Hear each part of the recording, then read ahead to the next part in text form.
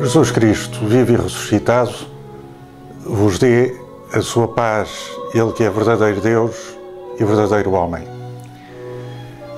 Nós, hoje, no momento em que estou a fazer esta gravação, celebramos o dia de São Francisco de Assis.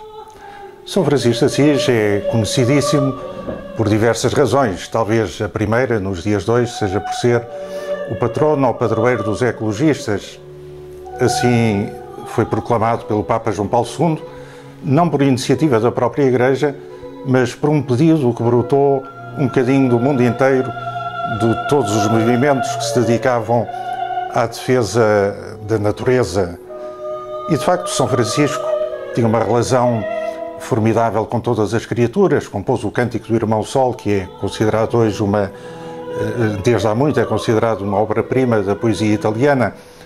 Aliás, há quem defenda que a literatura italiana terá começado com este cântico.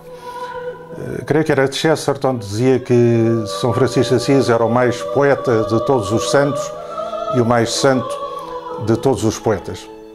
Mas São Francisco é conhecido também pelas suas iniciativas a favor da paz, a sua ida ao Islão, ou melhor, onde hoje é a Terra Santa, em tempos de cruzadas, a sua ida do modo pacífico para falar com o sultão e propor-lhe o Evangelho de Nosso Senhor Jesus Cristo, e criando laços de amizade com esse mesmo sultão, de quem ficou amigo, e trouxe sugestões interessantes, que depois se encontram nos seus escritos, nas suas cartas, para a cristandade de então, a partir daquilo que viu, da religiosidade que verificou nos nossos irmãos muçulmanos.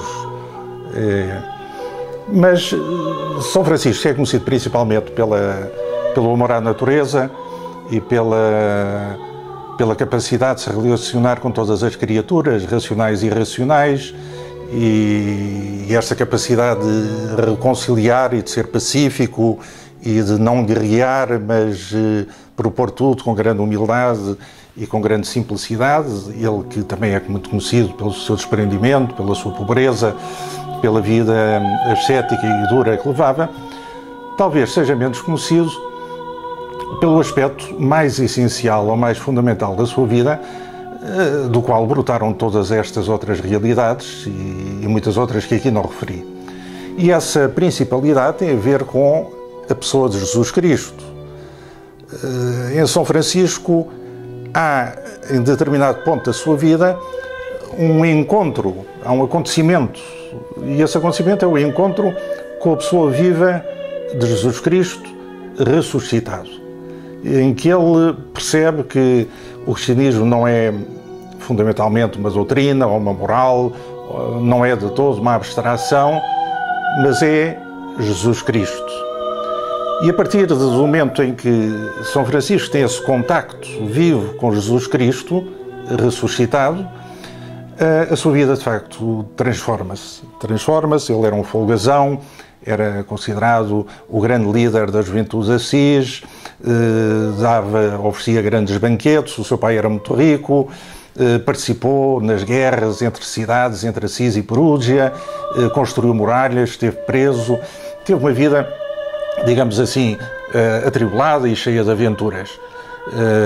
Mas um momento decisivo é o encontro com Jesus Cristo. Esse encontro que se dá na oração, diante do crucifixo de São Damião, e que se dá depois de um encontro com o leproso que ele via numa planície. E isto vai marcá-lo de tal maneira que toda a sua vida, ou a sua vocação, ou a sua espiritualidade, se quisermos, vai ser centrada e polarizada pela pessoa de Jesus Cristo. Ele quer, de algum modo, reviver Jesus Cristo no seu tempo. Aquilo que Cristo, e que ele verifica nos Evangelhos, viveu há então 1200 anos atrás, pois São Francisco nasceu em 1186, salvo erro, e morre em 1226, ele vai procurar, de algum modo, tornar presente aquilo que ele sabe de Jesus Cristo na vida do seu tempo. E então o grande guia para isso são os Evangelhos, os Santos Evangelhos. Quando ele quer saber o que é que o Senhor quer dele, invoca a Santíssima Trindade, o Deus único, mas que é Pai, Filho e Espírito Santo, e abre por 3 vezes, em honra da Trindade, o Evangelho, e saem passagens do Evangelho que têm a ver com a missão, o envio que Jesus diz aos apóstolos para irem pregar a paz, tem a ver com a renúncia, quem quiser vir após mim, renuncie a si mesmo, toma a sua cruz todos os dias, venha e siga-me, tem a ver com o despojamento e tem a ver com este seguimento, seguir os passos de Jesus, isto é, procurar imitar Jesus, procurar viver como Jesus viveu. E por isso a sua ordem, contrariamente às outras ordens e congregações religiosas que eram muito inspiradas no livro dos Atos dos Apóstolos, na comunidade primitiva dos primeiros cristãos, a ordem franciscana baseia-se mais na comunidade de vida entre o Cristo antes da morte e da paixão, antes da sua ressurreição, a vida que ele tem com os seus apóstolos e os seus discípulos. Essa é a sua regra. E por isso ele começa a dizer: a vida e regra dos frades menores, dos irmãos menores, isto é, dos franciscanos, é o santo evangelho de Nosso Senhor Jesus Cristo. Podemos abreviar e dizer: a vida é isto. Viver o santo evangelho de Nosso Senhor Jesus Cristo. E a sua atração, o seu fascínio pela figura, pela pessoa de Jesus Cristo, a sua amizade completamente polarizada na pessoa de Jesus Cristo, provoca acontecimentos estranhos. Estou-me a recordar que um dia os aldeões iam a passar no bosque que rodeava, naquele tempo, um bosque de carvalhos, rodeava a igrejinha de Santa Maria dos Anjos, que tinha sido reconstruída por ele, e ouvem um grande choro, um grande soluço, grandes clamores de aflição, aproximam-se e deparam com São Francisco, assim, chorando convulsivamente. E ficam surpreendidos, acorrem, mas o que é que se passa? Quer chamemos o médico, nós levamos onde é que é preciso. E São Francisco desabafa, dizendo: eu devia ir assim pelo mundo, chorando a paixão do meu Senhor, a paixão de Jesus Cristo. O amor não é amado. O amor que é Deus, Deus é amor, diz-nos São João na sua primeira carta. Jesus Cristo é amor, diz-nos São João no seu Evangelho, o amor é Jesus Cristo, o amor não é amado. Ora bem, Jesus Cristo, ao chegar ao final da sua vida, depois de ter servido os leprosos, tratando deles, nós recordaremos que os leprosos eram, naquele tempo, marginalizados, porque se cuidava, pensava-se que toda a lepra era, era contagiosa, e então o leproso era expulso das suas casas, das suas famílias, era expulso da cidade e tinha que andar com um sino, um badalo ao peito, para que, quando caminhava pelos campos, quem o ouvisse se pudesse afastar com receio de contrair o contágio. De leprosários, mas que eram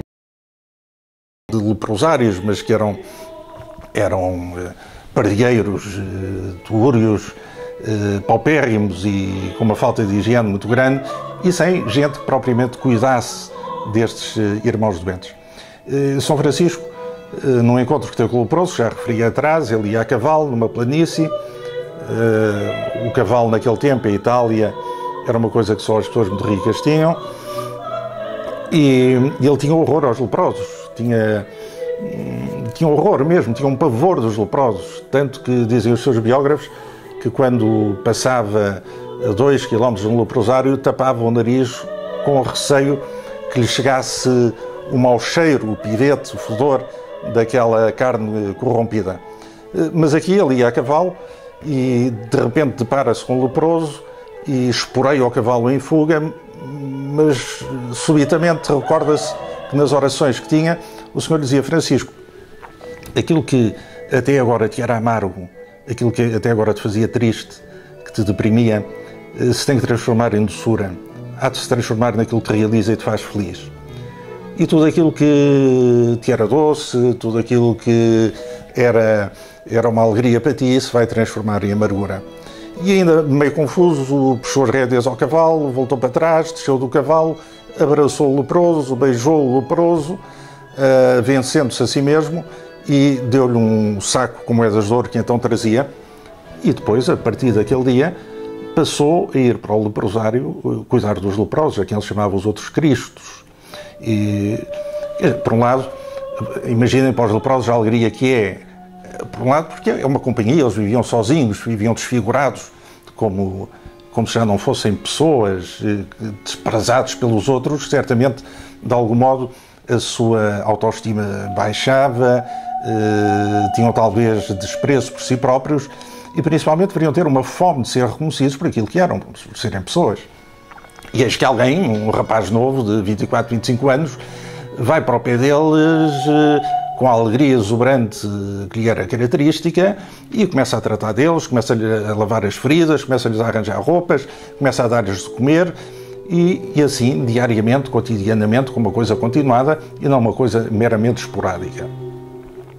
Mais tarde, São Francisco há de dizer no seu testamento espiritual, há de dizer assim: quando eu andava no mundo, isto é, quando andava em vida de pecado, traduzindo a linguagem daquele tempo para os dias de hoje, era-me extremamente amargoso dar com a vista em leprosos. É curioso, dar com a vista, como quem diz, o leproso vem lá ao longe e só de vê-lo ao longe fica um pele de galinha, os cabelos arrepiam-se, levantam-se todos, dá-me volta ao estômago.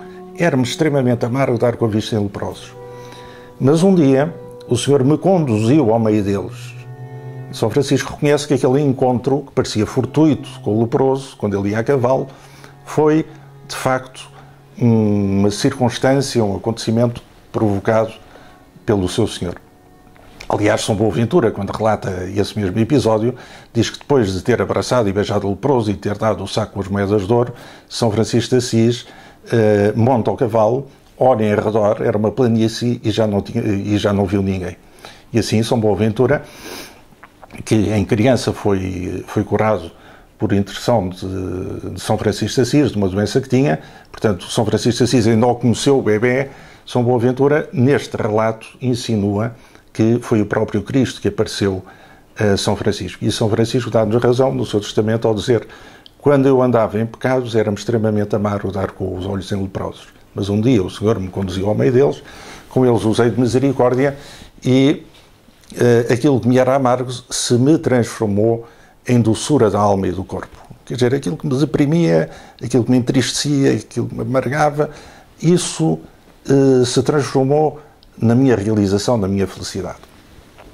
Ora, esta atenção contínua que São Francisco vai mostrar durante a vida toda pelos males e pelas enfermidades, quer do corpo, quer da alma, pregando para converter as almas e assistindo aos doentes para converter os corpos, vai culminar na oração que ele tem no Monte Alverne. O Monte Alverne é uma montanha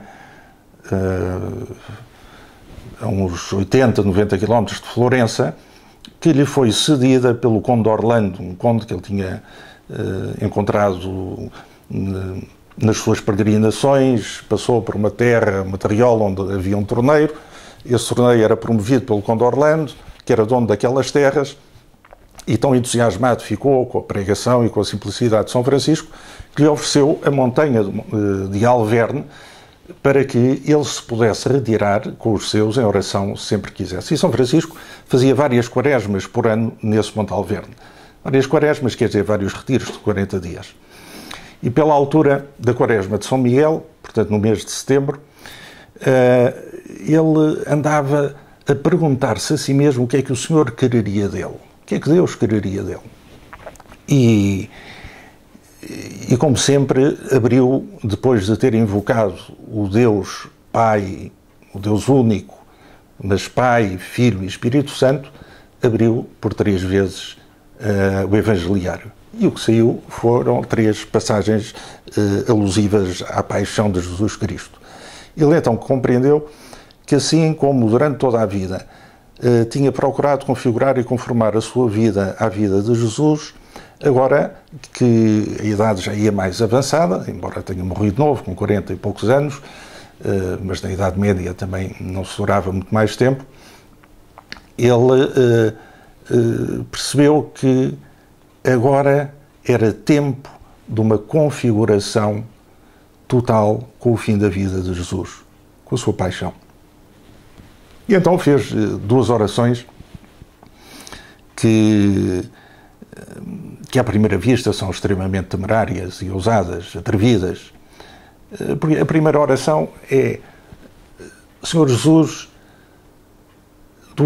tuas graças te peço antes de morrer. Duas graças te peço antes de morrer.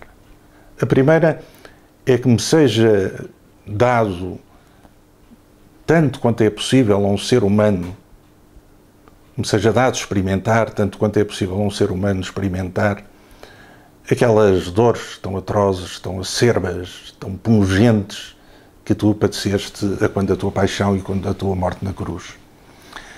São Francisco de Assis sabia perfeitamente que as dores mais dolorosas, passe a repetição, de Jesus Cristo, não foram as dores físicas, não foi a flagelação, que era de uma crueldade enorme, não foi o carregar com a cruz para o Calvário, não foi a agonia de Jesus no horto em que suou sangue e que por terra, apavorado, não foram os pregos que o trespassaram na cruz. Ele sabia que as dores mais atrozes eram aquelas dores interiores que não se tornavam visíveis. Era aquele carregar de Jesus com todo o nosso pecado e com todas as consequências do pecado, portanto, com todo o sofrimento da humanidade, anterior, presente e posterior a ele, e que isso era uma coisa que nenhum ser humano sozinho poderia aguentar. E por isso é que ele diz, tanto quanto é possível, a um simples ser humano experimentar. Nós sabemos que Jesus é único. A pessoa de Jesus une as duas naturezas, a natureza humana e a natureza divina. E mesmo sendo assim, Jesus teve que ser confortado por um anjo na agonia no Horto das Oliveiras. Mas levou até ao fim. E São Francisco entende, percebe, que por detrás desta coragem do sofrimento, desta generosidade da doação, só pode estar um amor enorme, um amor imenso, um amor infinito.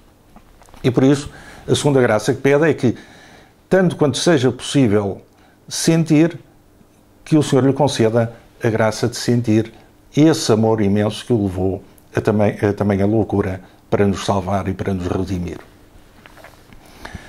E no dia da exaltação de Santa Cruz, estava São Francisco em oração, nos penedos enormes, com 40 e tal metros a pique, que existe lá no Monte Alverne, onde agora está construída a Capela dos Estigmas. São Francisco de Assis estava em oração, ajoelhado.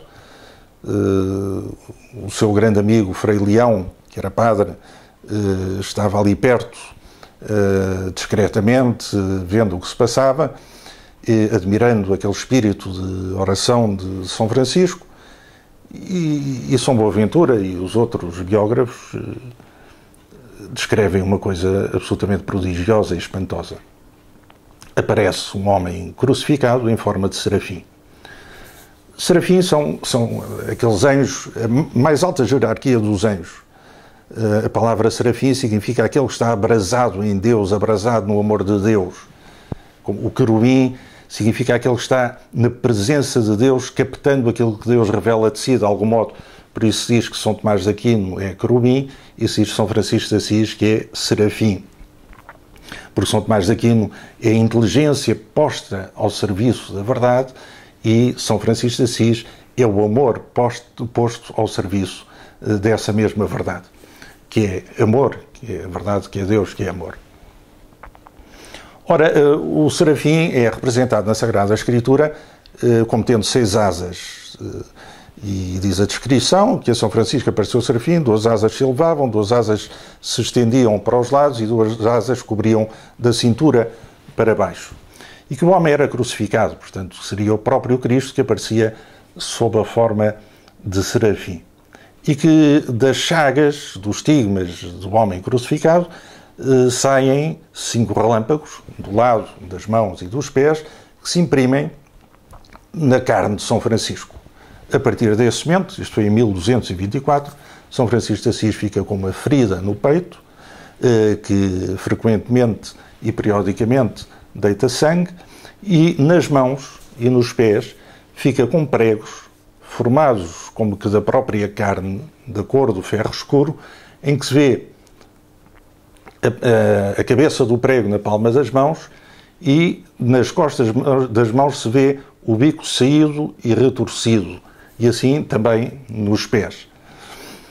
São Francisco nunca mais pôde andar a pé, andava em cima de um burro a fazer as suas pregações, com os estigmas escondidos. Santa Clara fez-lhe umas chinelas especiais para quando ele descia do burro poder de algum modo assentar o pé sem comprimir esses estigmas, esses cravos formados da própria carne que trazia em si.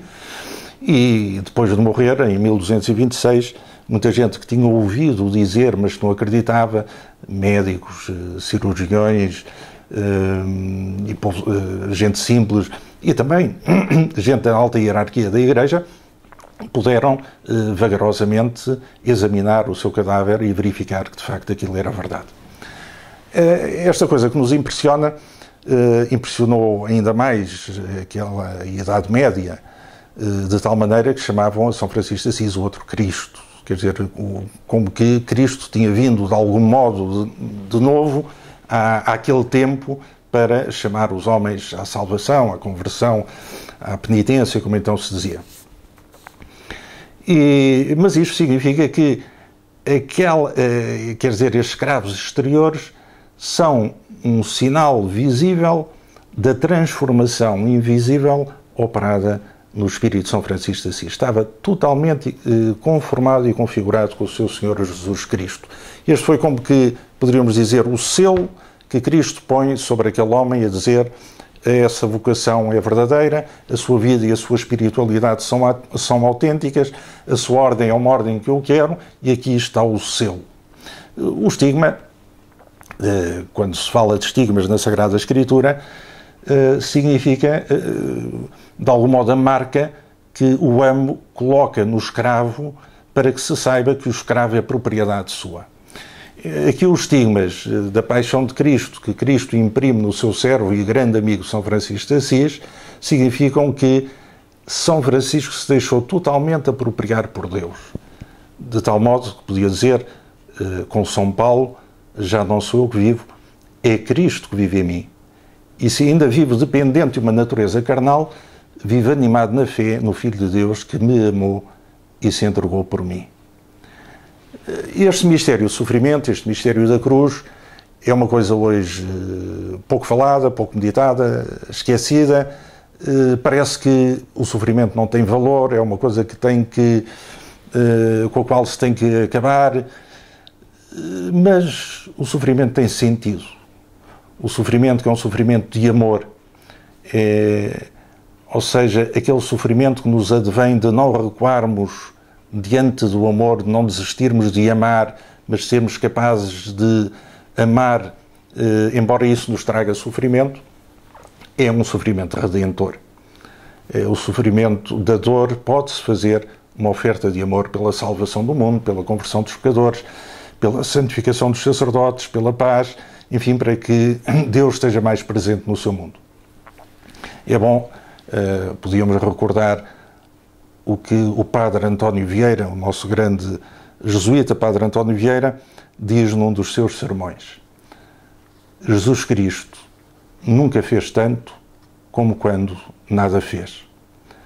Quando Jesus Cristo estava pregado na cruz, de mãos e pés atados, ou melhor, pregados mesmo, sem poder dar um passo, sem poder fazer um gesto, foi aí que ele operou a nossa redenção, a nossa salvação. Muitas coisas fez ele durante a vida, muitos prodígios, muitos milagres, abeirou-se de muitos doentes, mas a salvação opera-se quando ele não pode fazer nada a não ser padecer a morte, para que, morrendo, destrua a morte e, ressuscitando, restaura a vida. E assim também há circunstâncias em que muitas vezes estamos presos com Cristo na cruz. E isso não significa que sejamos mais inúteis ou que não tenhamos algum valor. Podemos até estar a operar eficazmente na mudança dos corações de uma maneira muito mais intensa e eficaz, diríamos assim, do que outras pessoas que fazem imensas coisas, são de um ativismo extraordinário, mas a que falta, de algum modo, esta interioridade e este amor provado pelo sofrimento, provado pela cruz de Jesus. Cruz que, não o esqueçamos, é sempre caminho para a ressurreição. Uma última história para acabar, embora isto já vá longe. É um episódio que creio que não se passou com São Francisco, mas que a partir de algumas coisas verdadeiras da vida dele e de Frei Leão nos dizem de algum modo do seu espírito. Havia no Monte Alverne, ali nas redondezas, um grande salteador que pela sua ferocidade era conhecido pelo lobo. Não estou a falar do lobo de Gúbio, isso é outra história, de um lobo verdadeiro, animal, que São Francisco domesticou e pacificou, etc. Não, este era um salteador. Aliás, quando vamos ao Monte Alverne, ainda vemos lá a Roca del Fratellupo, que é um rochedo que se separa da montanha por uns, 2, 3, 4 metros, e que é um rochedo isolado de uns 30 metros a pique. E dizia-se que aí seria o esconderijo deste irmão lobo, chamado irmão, porque São Francisco o converteu e deixou de assaltar e de roubar. Mas, enfim, como todos nós sabemos, as conversões nem sempre são fulgurantes e instantâneas, como foi a de São Paulo. E esta era uma conversão lenta, a do irmão Lobo. De modo que o irmão Lobo um dia convida para o seu abrigo o Frei Leão. Frei Leão era o padre dos poucos padres que logo no início da Ordem Franciscana. É bom recordar que São Francisco de Assis não era padre, era diácono. E então, em tempos de quaresma, ou em tempos pelo menos de jejum e de abstinência, o irmão Lobo arranja uma espécie de banquete ao píparo. Matou um vitelo ou um boi, arranjou bons vinhos e desafiou o Frei Leão para ir repastar-se com ele. E o Frei Leão estava com muitos escrúpulos e não o queria fazer. Mas a verdade é que este bandoleiro, enfim, que já tinha deixado de o ser, tinha uma capacidade de persuasão muito grande. Dizia-lhe que não, que tudo aquilo era dom de Deus e, portanto, se devia tirar o maior proveito e por aqui e por ali. Enfim, em resumo, o Frei Leão comeu muito bem e bebeu melhor. E depois, quando finalmente cai em si, no dia seguinte, uns dias depois, vai desabafar com São Francisco, vai como que confessar-se, entre aspas, a São Francisco. E diz-lhe, irmão Francisco, eu pequei, aconteceu isto assim e assim, fui levado pelos apetites e pela gula e pela intemperança, e diz este escritor que escreveu esta vida de São Francisco, o Nikos Kazantzakis, prémio Nobel, escreveu Os Irmãos Inimigos, o Cristo Crucificado, etc., muitos desses publicados em português. Que São Francisco terá feito um silêncio prolongado e depois terá dito: o teu pecado é grande, é grave. Com penitência, eu vou fazer uma semana de jejum. Reparemos, o teu pecado é grave, com penitência, eu vou fazer uma semana de jejum. Está muito bem apanhado esta história, que, como digo, não encontrei ainda nas fontes franciscanas e provavelmente brota da imaginação deste escritor, mas que capta de algum modo muito bem uma verdade do espírito de São Francisco de Assis.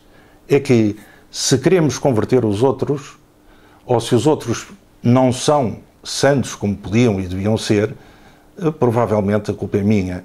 Se eu fosse mais santo, eles seriam mais santos. Santa Catarina de Sena tem páginas em que ela diz: eu sou responsável, sou culpada pelos pecados do mundo inteiro. É um bocadinho isto saber que se nós formos totalmente fiéis a Jesus Cristo, de algum modo a paixão de Cristo completa-se em nós e irradia para os outros, provocando transformação à nossa volta e provocando muita conversão. De qualquer modo, e pelo menos isto, quando vejo o outro pecar ou quando descubro que o outro pecou, a minha atitude não deve ser de acusação, de condenação, mas deve ser de oração e de penitência, para que através da minha oração e do meu sacrifício o outro possa reencontrar-se e possa ser como o filho pródigo que regressa à casa paterna. E esta coisa verificou-se, por exemplo, na vida de um outro santo franciscano, São Francisco Solano. São Francisco Solano, que foi mestre de noviços aqui em Espanha e depois, mais tarde, vai para as missões no continente americano, mas quando era mestre de noviços, sempre que os noviços, enfim, para quem não está habituado a esta linguagem, este dialeto, digamos assim, das ordens religiosas, o noviço ou um noviciado é a recruta dos frades, enfim, para nos entendermos. Quer dizer, é aquele tempo de experiência e de provação em que aqueles que querem entrar numa ordem religiosa têm como que tempo de retiro prolongado durante um ano ou durante 2 anos, em que mais se dedicam à oração com maior intensidade, à penitência, ao estudo, à doação aos outros, às obras de caridade. E este São Francisco Solano, que foi mestre de noviços, verificava que, normalmente os noviços são rapazes novos e, portanto, têm as suas dificuldades próprias da idade, não se levantava cedinho para ir às orações, para ir ao coro, outro comia demais, outro dizia uma palavra que não devia, e a pedagogia deste mestre, deste São Francisco Solano, foi sempre a de carregar sobre si as faltas dos noviços. Quer dizer, em vez de os repreender, penitenciava-se pelas suas falhas. E assim conseguiu formar uma geração de noviços notável, homens de grande virtude, que vieram a dar grandes frutos na Igreja. Neste dia de São Francisco de Assis, demorei-me mais do que é devido, mas filo para que possamos conhecer outras facetas que habitualmente não nos estão presentes na vida deste grande santo da Igreja. Deus vos abençoe a todos.